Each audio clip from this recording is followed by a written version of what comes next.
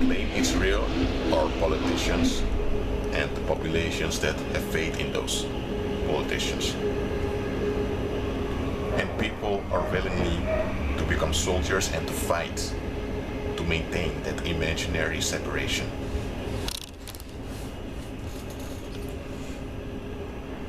And when you look throughout history, millions, I can even say hundreds of millions of people died to preserve those imaginary separations, which we call countries. And for what? It's the same we're all on Earth. Okay? Those separations are imaginary, we're all human beings. We all are interdependent upon each other here. But yet we make so much separations that ain't real. And the reason why we make all those separations is because we follow the line that we are separated from God. Yes, you have groups of people that have different languages. You have different skin tones, that's also true. And they live in different areas, but they're not separated. They live on the same earth, in the same universe. Let's forget about the universe, the heavens, like about earth, they're all on earth, under the same firmament. Some say the earth is flat, others say it's a globe. You see, I personally still believe it's a globe, because there are some issues with a flat earth, but whether it's flat or a globe, we're all on earth. Okay, so there are no separations between areas. In ancient times they used mountain ranges and rivers as borders of kingdoms and empires, because they understood that those separations didn't exist. There's nothing wrong with giving a name to a certain area, there's nothing wrong with that, but to treat that area as separate, as a separate entity, that's idolatry. Really. So let's go deeper with this. If all countries are mental separations that don't really exist, that also implies that all identifications we have with those imaginary separations are also untrue. So then the norms and values you pass on to your children that are based upon your identity of living in a country, those are also untrue. I can go very deep with this, guys, but when you go to the root of it, you'll find out that most of our daily lives is founded on a lie. And when Christ comes, he expects us to follow, to deny ourselves, entrust ourselves completely onto him, take our cross and follow him. Why? Because human beings don't like to admit that they're holding on to imaginary separations. And let's go to a smaller level. Let's zoom into countries. And now you have families. You see, you have a man and a woman who choose to have sex together, and children come out of it, are born. And now the man holds a certain separation between him and the children, and the children have to see him as a separate, higher being than the children. And when the children are growing up, they also do it with each other. The one that's older is in a separate, higher than the others. Then go to the community, and these separations are based upon needs, because the children need the parents. The parents can dump the children and move on.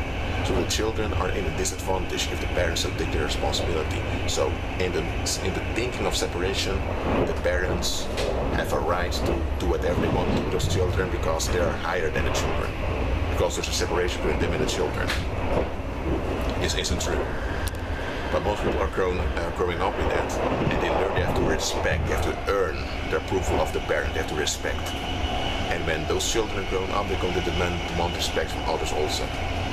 They are going to demand power over others also. It's all founded upon separation. Now you have certain words in a language which are taboo words. You should never use those words because those words are cuss words, swear words. Those are just words of the same language, but we separate those words from the other words. If we use those words, then we are going to beat you, we're going to do something to you. And that's that you grow up with the program, and now there are certain words you consider offensive words, swear words. And you avoid using those words because you are traumatized with revenge when you use them. So now you don't use them anymore, but if someone else does use them, you experience a trauma again, and now you want to take it out on them, what you are experiencing here. Also founded on separation. You see, that's why we as Christians, we will have tribulation in this life, before Christ returns, because true freedom is a slap in the face of the world. Because true freedom means throwing away the whole concept of separation, is throwing away condemnation and accepting the truth, the reality as it is. We are all on the same earth. Land and sea are one, and we're all under the firmament and all in the universe that's created by the Most High. And He's the Lord of the heavens and Lord of the earth also. So all space belongs to Him. We are not needed because the Most High can exist without us. It's a blessing for us. It's an advantage for us that we even exist. And that's the truth. Okay? So when you hold on to that, you grasp that, all ideas of separation become stupid, because they are stupid, and then you leave them behind, and now you begin to discover the love and faithfulness of God shown in Christ Jesus. So that's how it is. But the world doesn't want that. The world, that means all unsaved people, and unfortunately also Christians who have a worldly mindset. The world is all about separation from God. It's all about we human beings doing it on our own. The world wants to have separations. The world wants to have power structures, a pyramid structure with respect and all of that. The world wants witchcraft. They want all of those stupid things.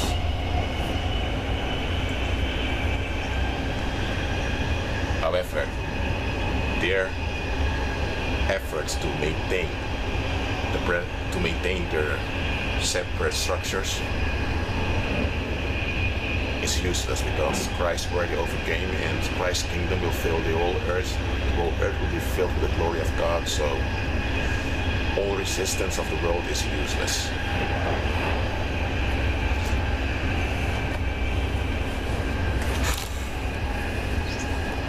You see, as a child, you understand perfectly that separation isn't real. But because you're born in sin and you're self-centered by default, you will accept the separation that people teach you. But once you're older and you fully realize it, and it's obvious what you, when the Holy Spirit convicts you, you have to repent. You have to become saved.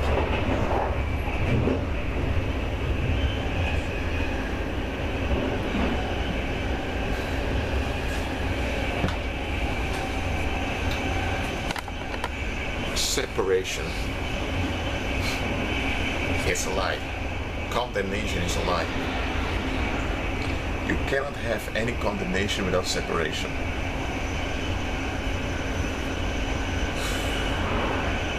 The kingdom of God, God Himself, is all about inclusion. It's about unconditional love, inclusion, about forgiveness. Satan is all about separation and becoming independent. And 1/3 of the angelic beings, and the majority of the human race is following that line of separation and independence. And the public school system is teaching us that crap in our childhood. So the public school system also enforces curses on you. So you need to be delivered from those curses also. It's almost raining outside, but maybe it's fine. We still have 1/2 hour to go.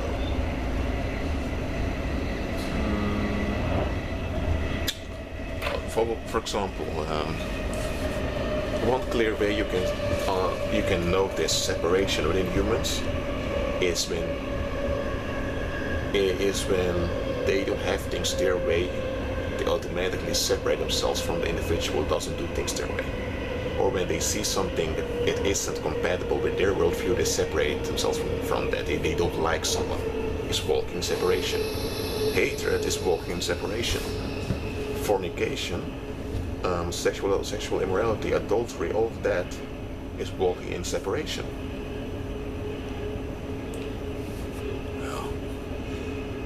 Walking in unity with Christ. Because the world is founded on condemnation and works through separation. The only unity the world has is the coming together of the world in their hatred against the truth, against Christ. Een hele goede middag, dames en heren. Het volgende station is Eindhoven. We zullen hier binnenkomen op spoor 2. In Eindhoven kunt u overstappen voor de richting Meertromont, Sittard, Maastricht. Dit zit zelf trek vanaf spoor 1. Reis is voor de richting Helmond, Brandenvoort, Het Hout, Brouwhuis. Uw sprinter zal vertrekken vanaf spoor 2 om 17:16. Beëindigt u de rijbaan en vergeet dan niet uit te checken. Deze inzet zal doorrijden naar eindbestemming in Venlo en zal dan stoppen op Helmond, Deurne, Borstevenum, Blerik en met als eindpunt Venlo. Dames en heren, het volgende station is Eindhoven. Eindhoven.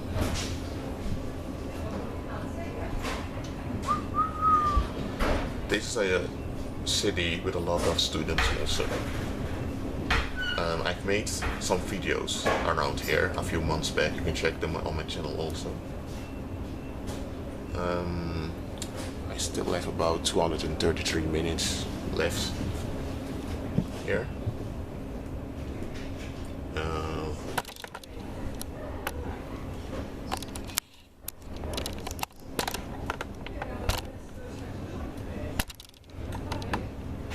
Technical university, I believe. Let's see where it is. I believe over there you have a technical university. Or let me. No, that's the northern part of the city. Yes, my wrong. Over there, somewhere there behind you have a technical university. And you also have many shops and all of that.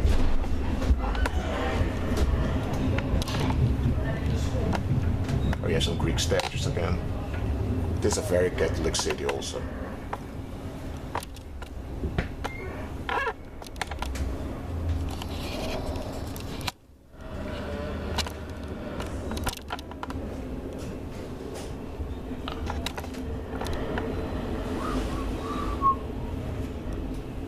You know, guys, I'm glad that I took a first class subscription to travel first class during the weekends, because if I was sitting in the second class, I wouldn't be able to do all of this.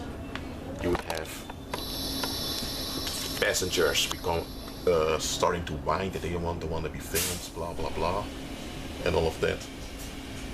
So that's why I chose first class. It's only 45 euros a month, so it's not that much. So not much money.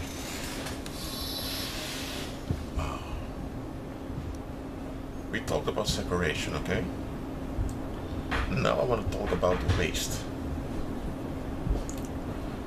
You often hear people say that they don't want to waste their time, right? Wait, let me try to force it. They don't want to waste their time. What is waste anyway? Look, time is just passing by, so you can't waste time. That doesn't exist, okay? And let's say you want to go to, you're at A and you want to go to B, and B is in the north. And let's say you have a goal, you want to arrive in the north within 2 hours.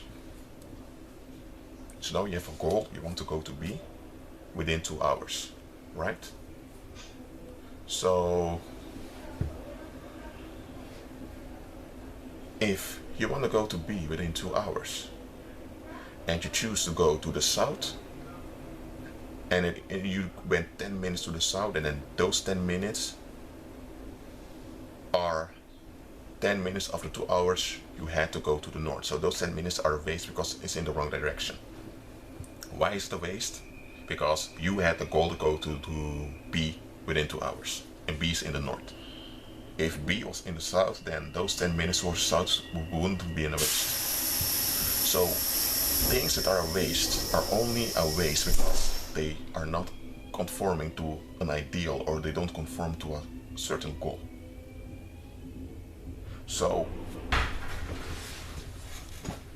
something is only a waste if it doesn't match a goal. So, and let's say someone finishes high school, she enters university, she gets a degree, also a master's degree, and she makes a career, and she has a career. Oh, hold on. And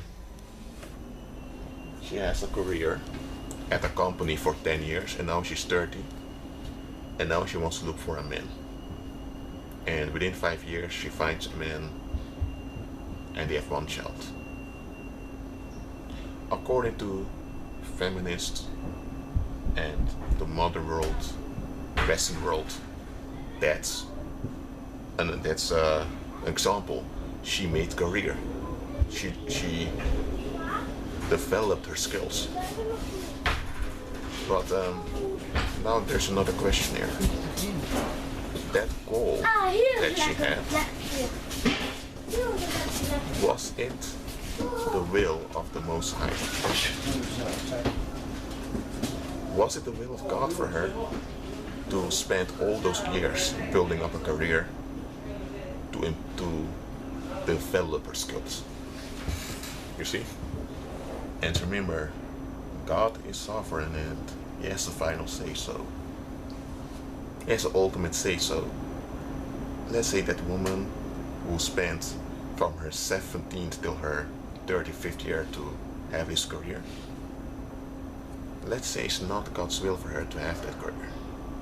Let's say it's God's will for her to find a husband in her early 20s and to have a family, to be a mother and a wife, and to be a blessing to her environment. Let's say that's God's plan for her.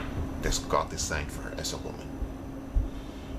Then, if she does not live according to that plan, then she's wasting her life. The world has other goals, and when she conforms to those goals, she will be called a success. But it's God's will and God's word that will stand forever. So if it doesn't match God's word, it's a waste.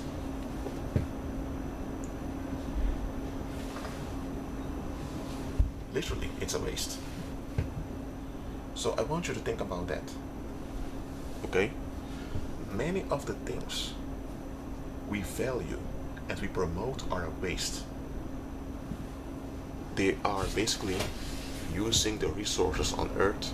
It's basically using the resources on earth, also our own lives, for a purpose we were never called nor designed to do.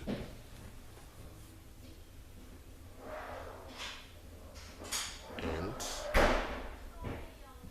you can become successful and prosperous with a goal that was never designed for you, for which you were never called by the Most High. So just think about that for a while.